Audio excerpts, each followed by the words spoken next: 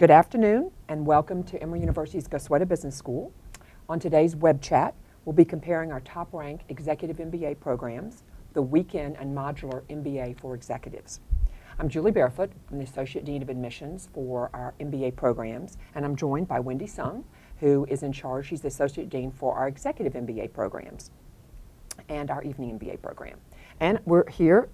April and Wade are with us. They are two of our current Executive MBA students. And I'll let them introduce themselves in just a few minutes. A few housekeeping matters. First, we are recording this web chat, and so you don't need to write down anything. We're going to send it all. We're going to send you a copy of the web chat at the end of the session, so you don't need to worry. And we'll also send you the slides so that you can review them as well. We want this chat to be interactive, so please submit any program-related questions you have during the chat, and we will answer them either during the chat or offline as well. Many of you have already submitted questions, and we'll make sure we get to those throughout the chat. We'll do our best to answer all your questions live, but again, if we miss any, then we'll be sure and follow up after the chat. So with that, we're going to begin our web chat, and I first want our panelists, our current students, to introduce themselves. Shall I start? Thank you, Julie. I'm April Terblanche. I work at Coca-Cola Company in a job that I dreamed about 20 years ago, which is for the Coke brand team. So I do brand activation for Coca-Cola trademark brand, which really means amplifying and optimizing brand programs domestically. For example, over the summer, Share a Coke, all the bottles with the names on it was one of my recent projects. Hi, and I'm Wayne Crosby. I work in consulting with a firm by the name of CTEC Consulting.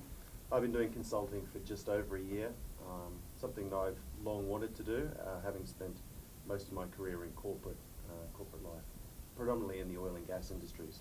So I managed to transition about 18 months ago into a new industry and a new type of role, which I'm really very much enjoying. Fantastic. Thank you both. First, Wendy, would you mind giving us a quick overview of our two executive MBA programs? Of course. But first, welcome to the webcast as well. We're delighted that you're able to join us along with April and Wayne. So Julie, as you mentioned, we have two executive MBA formats. One is the weekend format, which Wayne is a part of, and the other is the modular format, which April is currently in. Both of these formats are taught by the same wonderful, amazing Goizueta faculty. Our weekend program, as the name suggests, meets every other week on Fridays and Saturdays, and it's primarily geared for students who like that consistent in-program learning experience. The coursework is a lockstep cohort program for 60% of the course, and 40% of the course is elective-based, which means that students really have the flexibility to be able to select areas that they're interested in and delve deeper into those areas. For our modular program, it is just to wrap up on our weekend program, students typically complete that program in 20 months, but because of the elective format, students can actually accelerate and complete that program in 16 months. For our modular program, it is really geared for people who are busy executives who may be traveling a lot and who are comfortable with an intensive learning environment bridged by sort of online studies. So in our modular program, the students typically meet every 2 months for a 1-week intensive in-person session on campus. And in between their in-person residencies, as I mentioned, they have online learning, whether it be in a classroom setting or in an asynchronous environment. And that program is 18 months to completion. Fantastic. Thank you for that very good overview of the two different programs. And one quick housekeeping thing. Wayne, could you check and can you make sure that your that the sound is on? Double checking. For some reason, they want to make sure that you can hear. Is this better? Yeah, is that better? Well, we'll double check. Anyway, thank you. Another question that we get all the time, Wendy, is about the student profiles and sort of like how they might differ or how they similar. So could you talk a little bit about how the student profile might differ or between the two programs? Absolutely. So from a industry and functional perspective, there is very little difference. Both the modular and our weekend program draws people from all different industries and functions, and it's a very diverse classroom environment. Our weekend program, because it meets every other week, we draw more from sort of the southeast region or from locations that are more commutable. So we have people who are flying in from the Midwest or the Northeast, but typically it's more people who are within our region. Whereas the modular program, because it meets every other month, it's much more of a diverse population geographically. We have people from all over the world who attend this program and who are able to attend this program. And as a result, the work experiences, the years of work experience is a little higher on the modular, for our modular program, on average 16 years of work experience versus our weekend program, which is typically on average 13 years of work experience. Thank you. That is fantastic. That's a very common question that we get. And another question that candidates are always really interested in is why candidates might select one program or the other. In many cases, candidates, we allow candidates to apply to both programs, both our weekend MBA and the modular MBA. And in some instances, they're admitted to both and why they might choose one or the other. So, April, I'm going to ask you to start. Why did you choose the modular executive MBA format? I think they may have asked me to sit this panel because I tortured them with this particular question. So the first thing I would say to prospective and incoming students is you simply can't go wrong, okay, with whichever format you choose. So I would say to begin with, let's take a little pressure off the decision. I started out expecting to go to the weekend program and did in fact end up choosing modular. Some of the macro reasons were cohort details, wanting to round out certain pieces of my professional background. For example, having more international students was of particular interest to me. There's a little bit of an uptick in the MBA program. From a practical standpoint, one of the main things you may want to do is sit down with your boss and have them look at the formats of the program. I did that. I'm lucky enough that my manager was very much in support of me doing the program generally, but it did seem to flow a little better with my work structure and the balance of the department in terms of what they could cover and when. Also, it had to do a lot for me with what would work better with my family. I have two very active soccer players at my house, ages 9 and 11. And I thought, oh well, I'll just miss some weekend games. But ultimately, modular presented an opportunity to be able to be present for more of my children's games as well. So for me, I feel like it's ended up being the right decision. All right, fantastic! What a great answer. All right, and so why the weekend MBA program for you? Yeah, well, it's interesting. Like April, I actually wrestled with both options and looked closely at both and applied for both. And really only made my decision after discussion with the program or the admissions office. There were three factors to consider, and one was work, and I too had a conversation with the people at work to look at, how it would fit in with what was ahead for me. Family was another consideration. We sat down and with my wife and we discussed what it would mean. Both of those factors, there was a kind of neutral view of both work and my wife around how we could work.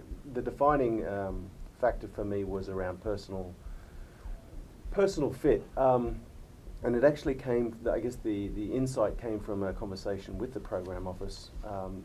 We'd had some discussions, and they shared an insight around how my working style was, and that I probably was the kind of person that liked frequent touch points and liked constant communication, constant contact, and that kind of resonated for me, that I do tend to work better when I've got consistent, frequent deadlines, when I've got the ability to interact with multiple people. I kind of I absorb and I get energy from that. and I felt like the modular program for me, the distance between the getting together would probably not work so well for me in terms of my motivation and my application. So that was actually the defining factor for me, and I too am very happy with my choice. Being here every second weekend is a significant investment, but the caliber of the people, the nature of the people has really made it satisfying and enjoyable.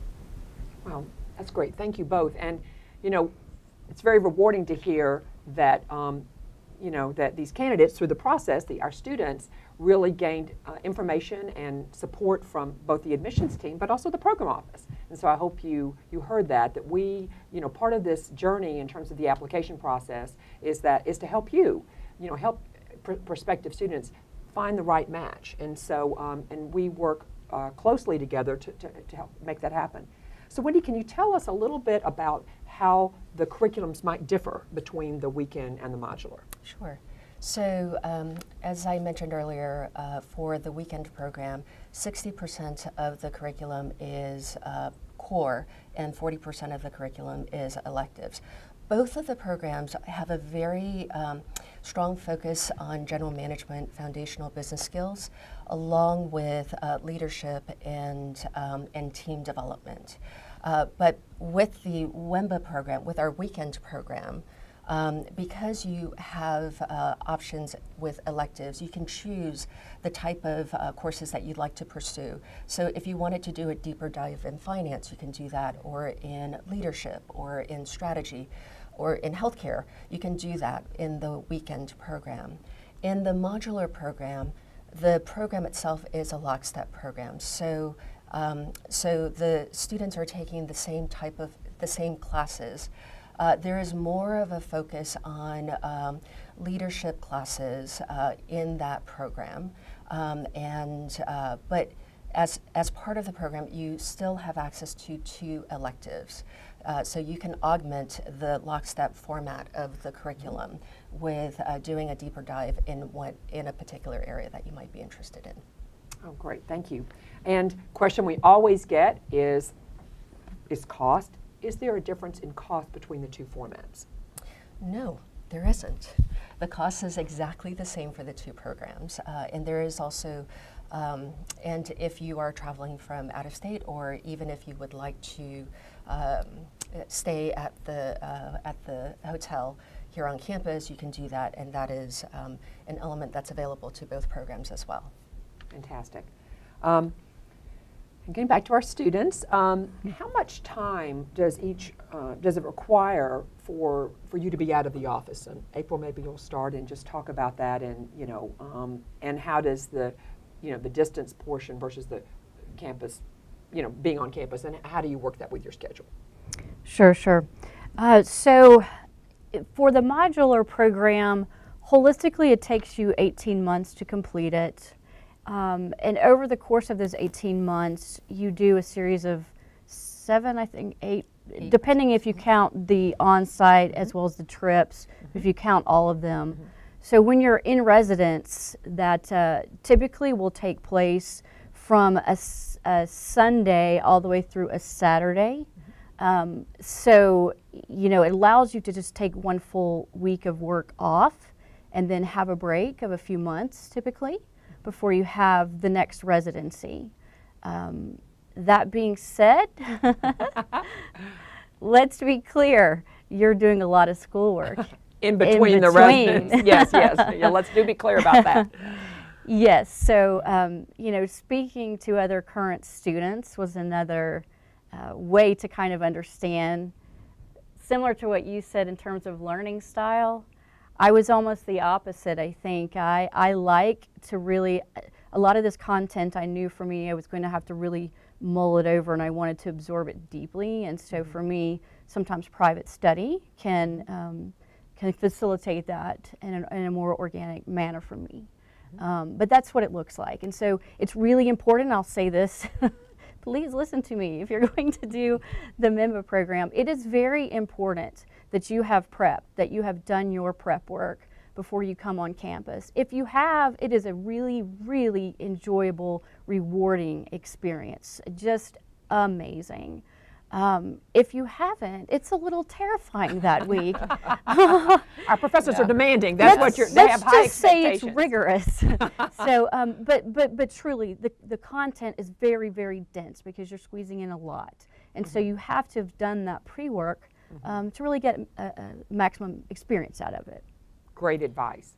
And switching. Oh, I'm sorry. And I was going to ask April if you could talk a little bit about the distance period as well, because for the modular program, about 2/3 of the classwork is in person, but about 1/3 of that classwork occurs during the distance period. Sure. So I think generally about MBA, everyone's heard, and I'm sure you're well aware, that the structure involves a lot of team projects. So I was a little unclear how that was going to take place for the member program, and I pictured in my mind that we would be meeting at, various breakfast locales and whatever else. Well, it doesn't really go that way, although it can. It certainly can, and we certainly, do see each other outside of class occasionally. But if you use web conferencing or web meetings in your corporate life, you'll have a pretty good read on what the distance portion looks like. I have to say that it has felt very personal. I haven't at any time felt disconnected to my classmates, to my teammates. What's important to do is to work together early with your team on whatever project you're working on to establish what is going to be the easiest, times of day to work and days of the week. And that may sound obvious, but this becomes a big deal. Two of my classmates, we were real morning people. We want to study from 5 to, 6:30, wake up the kids and go to work, and then, whatever else. And then we had other people at the opposite end of the spectrum that wanted to start at 9 o'clock at night. And he and I would say, well, we will be pumpkins by then. So that's some things to know. And great advice here. And note too that the program office through the orientation program actually gives tips like this. So you don't have to remember all this now, but do keep it in your mind. It's great advice.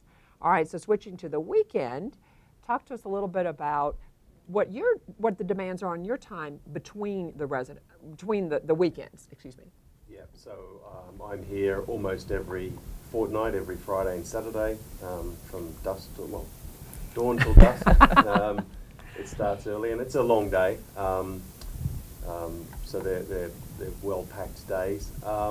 During the period between the time I'm here, we usually have a bunch of assignments for each subject. I think the guidance I was given early on was about 20 hours a fortnight is what the expectation is you'll probably have to spend in terms of preparation time for each week. I think that's turned out to be pretty accurate. It varies. Some fortnights, it's a little bit lighter and a little bit heavier. I have found myself on occasion doing more than that. Sometimes because I have to, because it's a topic that's less well known to me, and I really have to apply myself more to get that thinking time. Sometimes it's just because I'm actually enjoying it and I want to go over it and go around it and think more deeply. And I know that that's consistent across the whole cohort. Different people have sort of, spent more time on subjects that they enjoy more or really wanted to dig into further. So there is a baseline. You have to do your preparation, but there will be some variability. You do need to arrange your life to get it done. We have teams. Also, both teams I've been on so far, we've had weekly conference calls. Generally, there's a minimum of 1 call a week, and then there might be more depending on the nature of the assignment you have to do and whether it is a team assignment or an individual assignment. So that's how we've worked. We've also worked remotely to the most part, so using WebEx or conference calls. One team we did face-to-face as well and mixed it up. But that's really a function of where the people in the team are located and whether you can get together at a central location. Okay. That's great. Thank you. I think that the details you've provided are so helpful to prospective students. A question that we get asked a lot about is our leadership program. We're well known in leadership. I think you all know that. And Wendy, could you talk to us a little bit about how the leadership development programs differ between the programs? Absolutely. So, as Julie, as you mentioned, leadership is such an integral part of everything that we do at Goizueta, and it's such an important part of the MBA curriculum here. So it's actually very similar in terms of the content and how we approach leadership for both programs, just delivered slightly differently because of the way the programs are structured. As both April and Wayne alluded to, there's a huge team component, and leadership, as part of this is also related to the team. Mm-hmm. So we bring in executive coaches that work with each of the teams at the beginning of the program to, set up things like the team charter, to understand what works well, what doesn't work well, to integrate that into how you, and these are things that you can bring back to your teams at your work immediately. There is that executive coaching program. There is also curriculum around leadership that occurs, and co-curricular activities such as the Leader Reaction Course, which Wayne, you were able to experience that at the beginning of the program. April, you will later on. So it is an opportunity for the class to go out to. In this case, I think we went to Fort McClellan to experience sort of working together as a team at sort of where they actually train Army soldiers to work together as a team, which was an incredible bonding experience. I think it was 20 degrees and rainy that day, but we had a great time. Yeah, the highlight of that was the bonding experience. We got a lot in terms of making leadership practical and what it meant, what it meant to sort of be a leader when you're given a short period of time and a group of people and a complex problem. But the bonding and that came out of that day was actually the biggest win for me. Yeah, absolutely. And in addition, we have other activities such as a course called Executive Insights. For the weekend program, it is an immersion experience where during that time, we will go through content such as executive presence and persuasion and influence within your organization and leading teams in organization during that immersion. For the modular program, they also have access to that content, but we space it out when they're here during their residency. Every other residency, when they have a team change, we will also, in parallel, work through executive insight content. So they're getting the same type of leadership experience and leadership content, just delivered slightly differently throughout different times, and that's done very intentionally to pair that with their program. Wow, that's super helpful. Did And you want it to add to feels that, natural too. I mean, the way that it's spaced out like that. I like that a lot in terms of, because I think it provides a little bit of variety. You're in the middle of accounting, right? Or data analytics. Right. And so it's a little bit of a breather, I think, in terms of it just forces you to use different sort of parts of your corporate thinking. So it's been enjoyable. I think that's working out well. I when they said that at first, like we're breaking up the course across them, like that sounds like it could be a little chaotic, but it's great.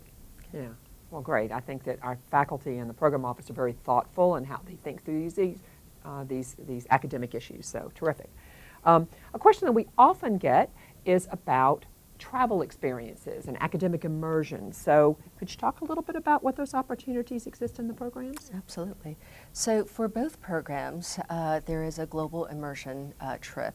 And Wayne, you and I are going on your trip in just a week's time. Correct. Yes, yeah. So Wayne's class, the weekend class, is traveling to Dubai and Abu Dhabi this year, and I think we're all very excited about that trip. And it's a great way and we'll be meeting with companies to really learn about how business is done in different sectors and industries there. For the modular program, the global travel trip is more of a capstone. So it will occur towards the end of the program. For the weekend program, In addition to the global trip, there are a couple of other immersion activities. One I mentioned earlier, which is the Executive Insight Immersion, which will occur in Atlanta. And then the other immersion is really the Washington campus immersion, which is really a course that helps students understand the intersection of business and government and how that works. That is a core class for our weekend program, but for our modular students, we understand that their time is precious and they chose the format for a particular reason. And so we make that available to our modular students as an elective if they choose to take that class and if that course works for their schedule. That's great. Thank you. Another question I see we have here is about career services. Candidates, of course, pursue an executive MBA for many reasons, sometimes enhancement within their job function, sometimes to change their career trajectory a bit. So Wendy, can you talk to us about the services that our Career Management Center provides? Sure. So within the Career Management Center, there is a group of individuals that are dedicated to working with our working professionals.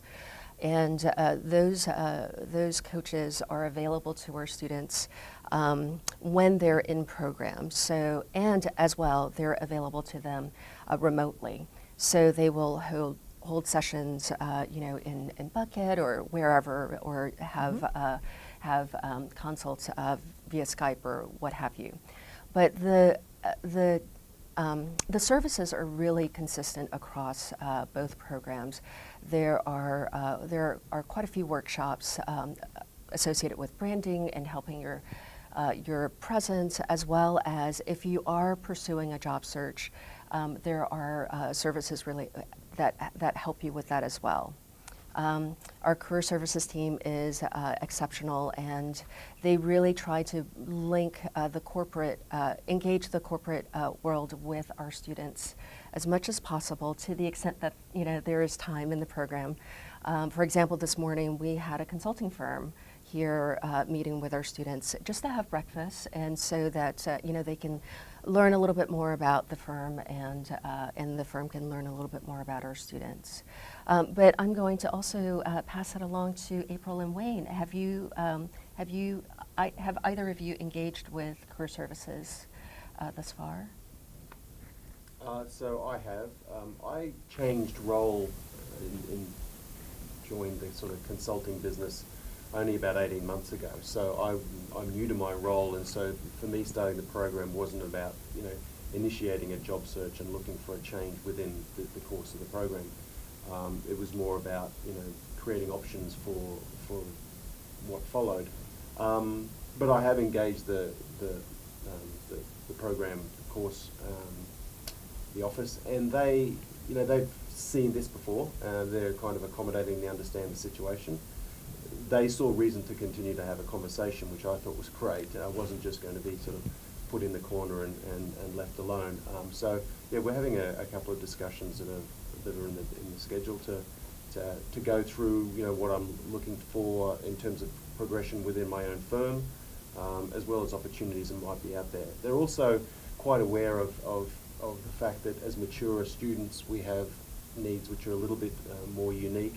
There's a very well-structured process for MBA, full-time MBA program graduates to move into a pipeline, a recruitment pipeline for a number of firms. And as someone with a bit more experience, I'm not looking to use that program. So I was concerned that there wouldn't be an offer for me, but thus far my fears have been proven wrong, and we're having a good conversation about networking, how to use the alumni, where the alumni are around, in my case, Atlanta, and where there might be a fit, who it might be that I should be introduced to and go and strike up a conversation with, not so much for a job change now, but for a potential job change a year or two from now.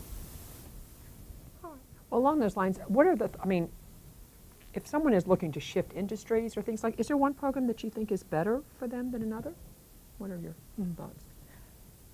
Well, I would think that if you're looking to change do a complete pivot, the weekend program might be better suited just because of the fact that you have a lot more access to electives, so that you can go deep in a certain area to learn a little bit more, to be well positioned for that change. Okay, that makes sense. Well, here's a question that's a little bit more, I guess, down my alley, and that has to do with about applying to both programs. Is it possible to do that, and the admissions criteria? And I would say yes. In fact, both these students have already shared with you that that's what they did. We certainly welcome that. We make that process very easy for prospective students, for applicants, because it's the same application. It's literally checking an additional box. We do ask that you state what maybe your first preference is or second preference, but it's just more so we can sort of advise you best or give you feedback. But absolutely. I know I put on the slide an application checklist. There's going to be an admissions web chat later in March, so I'm not going to go into too much. I'm not going to go into any detail about that. But and you can. Student candidates can definitely apply for a GMAT or GRE waiver. There's a very explicit process that's on our website about that. Okay, we have another question coming in, and that has to do with team-based learning. I know that April talked a little bit about it, but why don't, Wendy, at least you sort of set the stage. How are teams formed? When does that happen? Do you stay with the same team? Talk a little bit about our team-based learning. Sure. I mean, teams in general is such an important element of the MBA experience, and especially at this level, there is a lot of team learning from each other, because we have students from all different backgrounds at all different levels. There's just such a rich learning environment from each other. All of our courses have team elements to them. Teams, the program office will form the first team, and we do that really based on looking at people's backgrounds and where they're coming from, because we want to create as diverse of a team as possible. And we do that for the first, and every term, you will change teams, because we want you to get to know different working styles, as well as get to know different teammates. So we will create new teams for each term within the program. So, and towards the end of your program, when you are working more with electives, we let the students form their own teams. But the goal really is for teams to be as diverse as possible, so that you can learn different working styles and get to know your teammates. This is actually a really great thing. I was very thankful that you did assign the teams in the beginning, because you turn up on the first day and you don't know one another enough to create your own diversified teams. And the teams are really diverse in every way that you could define that term. So not only the obvious things, but some other diversities, across industries, across regions of the country. And if you're a member, you even get some internationals. What you learn from your teammates is just mind-blowing. I mean, you have to imagine there are not a lot of slouches in these programs, right? I hope not. I don't think so. Yeah, No. yeah. So you raise each other's bar. I think we're easily learning as much from each other as from the professors. That's great. Do you have anything to add to that? That's a pretty powerful statement there. Yeah, I mean, one point to add is that the teams have been an opportunity for making the leadership work practical. So, there's textbook leadership, and then there's real doing it leadership, and if nothing else, the teams serve a great purpose of actually forcing you to apply some of the theory and test and learn and adjust and adjust again based on the personalities of the team, based on the pressure being placed on you with deadlines and all sorts of things like that. So that's been the real the thing I've enjoyed and observed the most, is that leadership application. Oh, that's a great insight about another way that you learn about leadership is by working on the teams and managing them. Another question that people want to know has to do with our faculty and accessibility. Wendy was talking about the strength of our faculty, and they're so talented. But as a student, how accessible have you found them? It's amazing, actually. I mean, obviously the amount of expertise and experience and the PhDs and the labels some of these folks have. I mean, the pedigree is amazing. When they say they're accessible, they mean accessible. So cell phone numbers, email, you talk to them after class, you have a particular topic, some esoteric thing that you rabbit hole you want to go down, they'll go right down it with you and follow up with they'll send you an article later of something that isn't even on the syllabus. So can't say enough great things about the accessibility of the staff and the program office. Oh, well, fantastic. Yeah, That no, pretty much says it all, I think. very accessible. Yeah, I know that something I find really rewarding, having worked here many years, is the relationships that students form with faculty and how they are maintained over the years. And it's really, that's, I think, something that makes Goizueta really special, the business school. So another question from prospective student has to do with balancing it all. Okay, you both have demanding jobs, you have personal lives, and then of course you've committed and now you're investing in yourself in a very significant way. So how do you balance it? And also, what support do you feel like that you get from the school to help you with sort of work-life balance? Balancing it is a week-by-week proposition, and your workload shifts and work itself shifts, so it becomes more or less pressured. I don't know. I mean, I think I was advised to, and I kind of negotiated with my wife up front, what it meant, and I made sure that she was bought into the decision. I almost made this her decision. I gave her veto on me doing this program, to be honest, because I knew what it would mean for us in our family life.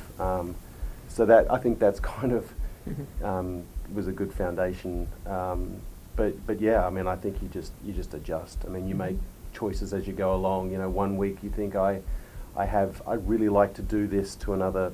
I'd like to read this twice more or once more, and you just say no. Yeah. I have got a job to do that takes priority, and I'll just have to get by. So you just adjust as you go along. Great. But recognise that it is, with your job and family, they're the three priorities for me. So, other aspects, things that you might have liked to do on weekends or just have to sort of be deprioritised. I'll add one thing that was really helpful that a current student told me about this that I've repeated in my head many times, and that is, look, on a given week, something's going to have to give. It won't be the same thing every week because you are juggling those sort of big functions in your life, and I think giving yourself that sort of lens is helpful. Yeah. It's like maybe it's 80% this week on this silo, and choose another one the next week. Wow, that's really helpful. I think you also, the advice I was given when we started was around time management, and one of the benefits of the program was that you get better at that. And I thought, okay, we'll see. Oh. It's thus far, I'd say it is true, and it's about trying to squeeze more out of some of that time you have. So, for example, I have to do an hour, or sometimes an hour and a half commute each morning and afternoon to get on site with the clients that I'm consulting to. And that's obviously dead time, which would otherwise be spent listening to the radio. Now I have an app which I use and I listen to the case readings that I have. So it's not quite as good as sitting there reading it and making notes, but it does set me up so that, maybe I say for that particular reading, I just need to listen to it, I've got it, or it just tells me I can go back and in 20 minutes pull out what I need. So you start to use, time in the middle of the day, which otherwise probably wasn't productive. Wow, another great tip. That's terrific, thank you. What about social and networking opportunities that you've experienced through the program? Yes. There's plenty of all of that.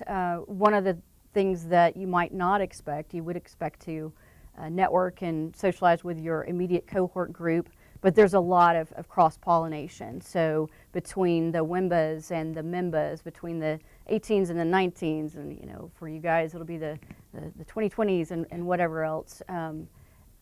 Everyone is so welcoming, I'd say, across the current students and alumni network. Okay. Yeah, very friendly, and you know, we're only together on weekends, but a bunch of people within our cohort sort of after about 3 weeks put their hands up and said, you know what, we haven't been spending enough time together. So let's, you know, on Friday nights and Saturday nights, you know, there's a message goes out. This is for anyone who can make it. This is the bar we're going to go to. Whether you come for, you know, 1 Coke, a glass of water, or 3, 4 drinks and dinner, whatever, make your choice. But there's always somebody who's out wanting to sort of to get together after hours, and we've done that. Well, that's good to hear. I mean, I know that a lot of times prospective students are, on the one hand, excited about the opportunity, but they keep hearing, of course, it's because it's Emory, right? It's rigorous, it's demanding, and we also want you to know that it's also a lot of fun, and there are these opportunities to get to know classmates, and there's a lot of socialization, and the program office has a fantastic, like, family day with, you know, hot dogs and a one of those jumpy things, so it's all good. All right, so switching back to academics, though, talk to us about the teaching method, in the program. So the teaching method here is primarily case-based. The faculty will bring in a lot of cases and work through them during the class. But there's also such an element of sort of real life, what's happening in the marketplace. And those examples are brought in as well. Our faculty do a lot of consulting with companies, so they have access to that real life practical experience and application of the topics that they're talking about. Additionally, our students are from such diverse backgrounds, and I think, April, you mentioned earlier that, you know, you learn almost just as much from your classmates as you do from the faculty. So there's definitely an integration of sort of the case-based method, sort of the bringing together of experiences from the class. But maybe April and Wayne, you can talk a little bit about what you're recently doing in the classroom, and In terms of what? How you're experiencing the teaching. So, you know, one thing to know and to kind of prepare yourself for, obviously every teacher teaches differently. They also organize their information a little differently. So you know, right in the beginning you have to get used to that cadence, but that's okay. You can overcome that. It's a really great holistic, I think, combination of things. You're reading the business case. Odds are somebody in your class has worked at one of the companies that's mentioned in the case, or currently does, or has great wild stories that tie back to it, or the professor has former students, you know, that do. So it's a really interesting process, much different than your undergraduate business class experiences in that regard. Yeah, I mean, I've had 5 or 6 lecturers so far, and they've all been very different in terms of personality and style, and can be some of them can be quite entertaining, which you know, really keeps your interest level high. But the content is rich, and the cases really is a point of difference. I mean, you're given textbooks and a bunch of reading to do, some theory. You know, you're expected to get through that and then apply it in that fortnight, that week, or you know, for that lecture. So. More of the time is spent in applying and discussing how you're applying it and how you're thinking about applying it than it is about the theory itself. And that I guess surprised me, and I enjoy that very much. Excellent. And talk a little bit about what the deliverables are. I know candidates are always really interested. Okay, is it tests? Is it papers? Presentations? What have you found? There's a variety, and there's a good balance. I think the program office also does a great job of looking at balancing the teaching styles and the workloads that are combined. I noticed, did you see that we noticed? So that's really helpful, right? Okay. So if you have someone that's more animated and maybe someone that's much more sort of typically, you know, straightforward, those tend to appear together. In terms of deliverables, it will be sometimes presentations. More often, it'll be team like PowerPoint decks that you're presenting to solve a case or discuss, you know, through something that you're working through in the class. And then, of course, you have individual assignments as well. You won't get away from the old-fashioned term paper. You will, you'll see a few of those. Good to know. There's a few professors who still like the pop quiz. Not a lot of those, but I'll give you an idea. Yeah, I mean, as April said, it's a real mix. There's no one approach to kind of deliverables. It's a bit of everything really, and it varies by subject. Okay, excellent. So another question that popped up, it has to do with travel. Again, our prospective students, just like you all, have very busy jobs, demanding jobs that might require you to be out of town or out of the country. So how have you handled travel relative to your coursework? I think I've managed my my teammates' travel more than I have my own in recent months, only because I've had the luxury of not having been on the road as much. But that is something that your teams just have to work through, just like your ordinary scheduling. You know, somebody's got a child with ballet class one night, and another person is going to be traveling Thursday evening and thereby not available for a team call. So it's been more around the scheduling, I would say, than anything else. Yeah, likewise. I mean, because you're in a team and you all have the same objective, the same goals, and there's a real camaraderie, and we all want to, you know, do well, and it's a very supportive kind of situation. People tend to be flexible, so you just say, you know, I can't do next week, and okay, is there another day that works? We've just adjusted continuously, and I haven't had to miss class because of work or travel arrangements, but a couple of people have, either through you know, maybe something happening around children. One person got married. I think we've had 2 babies born since the second term, and so that's taken people away from class. But there's a process to deal with that, and the team kind of helps bring them back into the fold and up to speed as well. So. Okay, excellent. All right. Wayne and April, is there anything that you wish you had known when you were a prospective student about the program? You wish that maybe someone had told you now that you're in it. So, just you know, to really pay attention to your prep work. It will make your first residency so much more rewarding, and you won't be playing any sort of catch up. Someone also said, from a more philosophical standpoint, you come in and your tendency is immediately you want to know kind of, you know, where do I stack up against my peer group, right?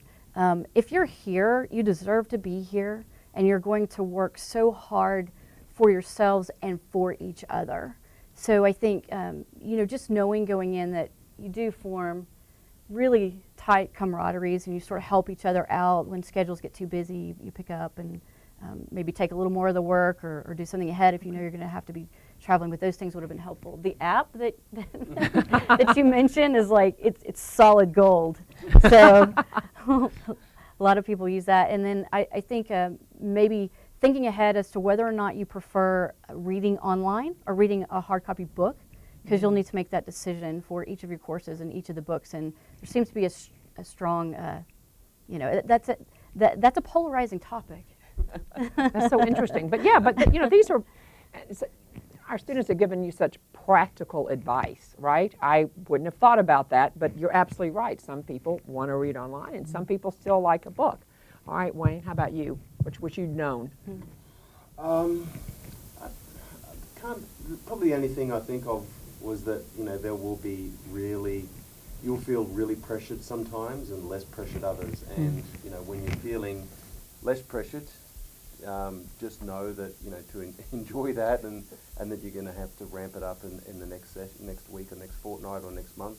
And when you are feeling really pressured, just know that actually this too will pass, and you'll get through it. You can call on your teammates. You can say, hey, I really need help, and you'll get through it, and we keep moving. So, I'll add to that, because I think it's critical for members.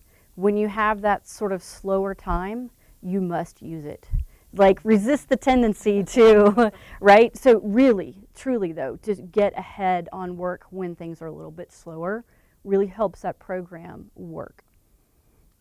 Well, like I said, really fantastic advice and practical things as you evaluate an executive MBA, certainly our program, but also which format might work best for you. We are wrapping up in terms of this web chat. It's been a really wonderful opportunity for us to answer your questions and to talk about our programs. As you can see, we're really proud of what we offer. I want to thank Wendy and obviously April and Wayne for their participation. Just a couple things I want to make sure you know we've got coming up, specifically for executive MBA candidates. We have an executive MBA admissions overview on March 27th, and then the all-important Creating Work-Life Balance as a Working Professional, an Executive MBA student, on April 27th. Again, you've already heard some great advice, but it'll be expanded. And again, we really appreciate your time. We're excited that you're considering investing in yourself through one of our Executive MBA programs. We will send you the video of today's web chat as well as the slides so you can review them, and that'll happen in the next week. And again, thank you, and I hope you have a wonderful day. Thank you.